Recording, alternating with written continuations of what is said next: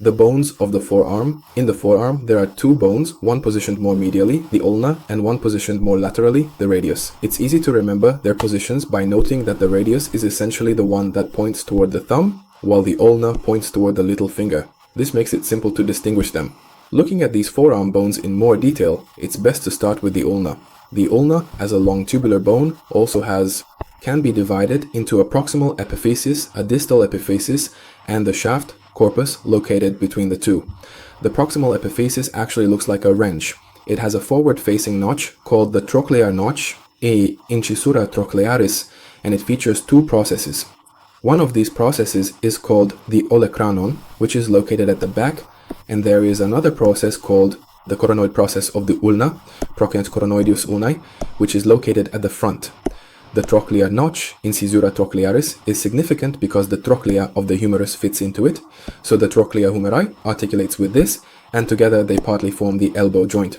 On the lateral side of the trochlear notch, in this area, there is another notch called the radial notch, incisura radialis, and you can also see here that this will serve for the articulation with the head of the radius. If we look at other areas of the proximal epiphysis that may be important, there is a bony ridge located laterally and close to the radial notch called the supinator crest, crista musculi supinatoris. This serves as the origin site for the supinator muscle, which is a muscle of the forearm. Another area, also related to a muscle, is not for origin but for insertion, namely this specific anatomical area is precisely located on the anterior or front surface of the ulna, and it is formally designated as the tuberositas ulnae. This particular site serves as the crucial insertion point for a significant muscle, which originates from the humerus and is scientifically known as the brachialis muscle. Moving on, the diaphysis itself is not inherently complex or particularly noteworthy, with the notable exception of possessing a very distinct and easily recognizable ridge. This ridge is remarkably sharp and prominent, even when observed on meticulously prepared anatomical specimens. This prominent feature is in fact the interosseous border. We call it that. And it's important because the ulna, and more precisely the radius, also has a similar ridge, which we call the interosseous border. Between the interosseous borders of the two forearm bones stretches a membrane called the interosseous membrane of the forearm, membrana interossea antebrachii, and this is located between the corresponding borders of the two forearm bones. The distal epiphysis is not particularly interesting.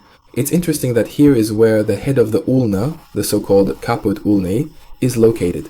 On the medial side of the caput ulnae, there is a projection called the styloid process of the ulna, processus styloideus ulna. By the way, returning to the coronoid process of the ulna, it's important to add that when we refer to the coronoid process of the ulna, processus coronoideus ulna, we are specifically indicating it. That we are talking about the ulna because another bone, the mandible, also has a similarly named projection, namely the processus coronoideus mandibula. So it's important to specify which bone we're referring to, since if one of them breaks, for example, it's worth indicating in a medical report which bone's coronoid process has fractured.